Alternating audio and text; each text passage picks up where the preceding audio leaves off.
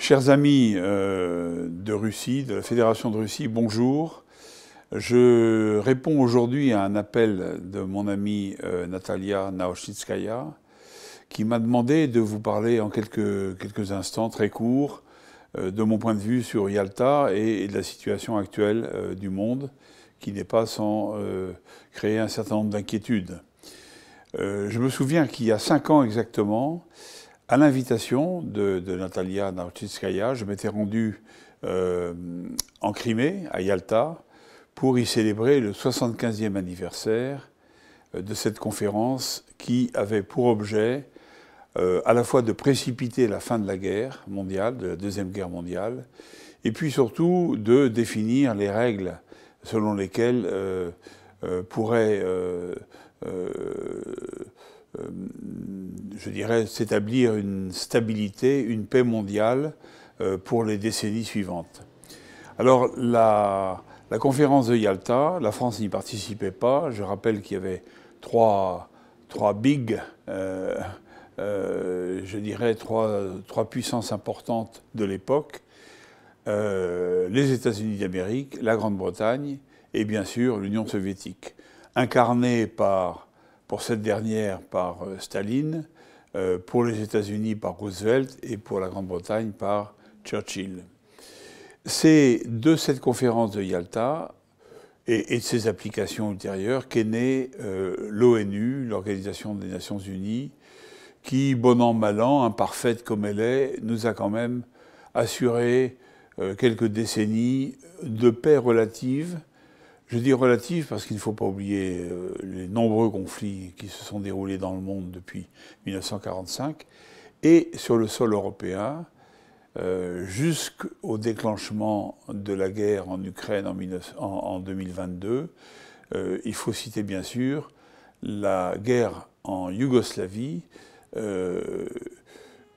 a vu le démantèlement de ce pays sous les coups de boutoir donnés par l'OTAN,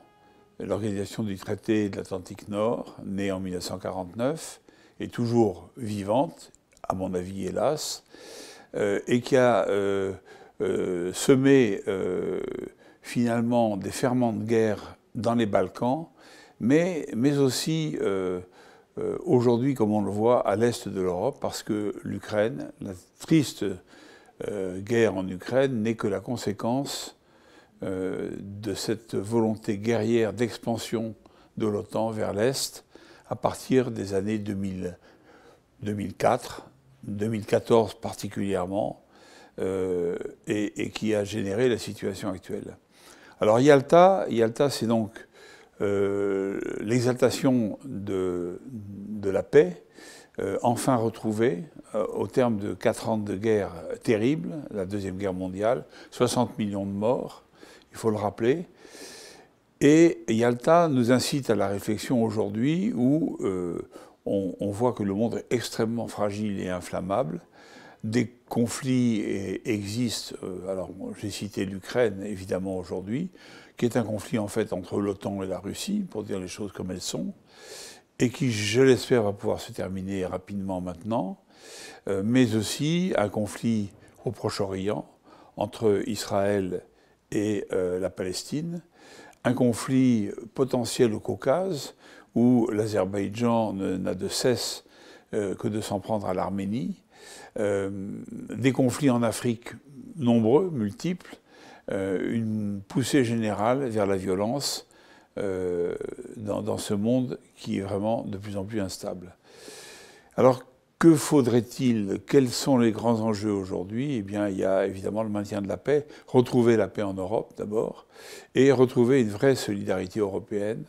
mise à mal, parce que c'était le but stratégique des États-Unis d'Amérique, diviser l'Europe en coupant l'Europe de l'Ouest de la Russie. Alors ce but stratégique est atteint.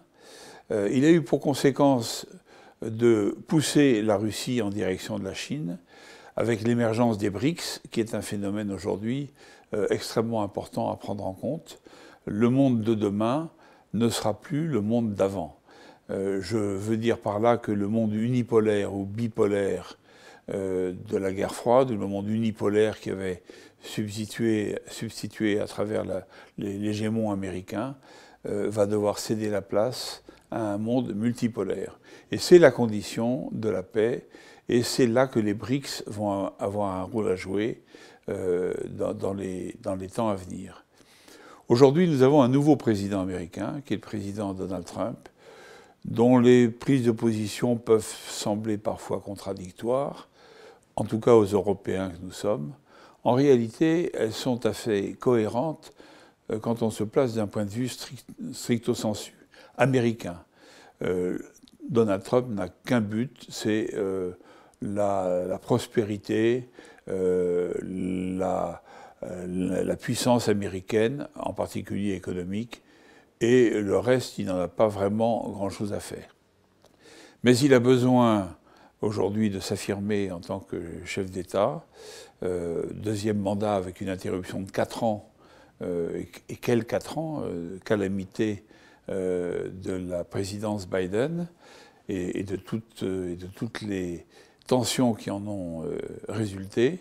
Alors je crois qu'aujourd'hui, la première chose à faire, le premier vœu que je forme, 80 ans après Yalta, c'est qu'on ait de nouveau un sommet entre, alors évidemment, le président Poutine pour la Russie, puisque c'est ce pays qui est aujourd'hui en première ligne face au monde occidental d'hier, le président Trump lui-même, puisqu'il en nourrit l'espoir et il en annonce la volonté de discuter, de négocier. Et puis bien sûr, je pense qu'on est obligé de tenir compte des puissances émergentes, en particulier de la Chine, qui est, dans l'esprit du président Trump, le véritable adversaire potentiel, économique, peut-être militaire, de l'Amérique, mais qui est une puissance aujourd'hui incontournable et qui, autour de laquelle, et de la Russie, se sont regroupés ce qu'on appelle les BRICS, hein, tous les pays émergents, l'Inde, l'Iran, l'Afrique du Sud et le Brésil en particulier. Voilà, ce que je voudrais dire, c'est que mon vœu principal, c'est que l'esprit de Yalta revienne, c'est-à-dire celui des négociations entre puissances qui n'ont pas forcément la même vision du monde, qui n'ont pas forcément les mêmes intérêts, mais qui doivent finalement s'entendre pour un seul but, la paix et la sécurité, sans lesquels il n'y a pas de développement et il n'y a pas d'intérêt partagé. Voilà ce que je peux dire de cette courte intervention en vous remerciant de m'avoir écouté.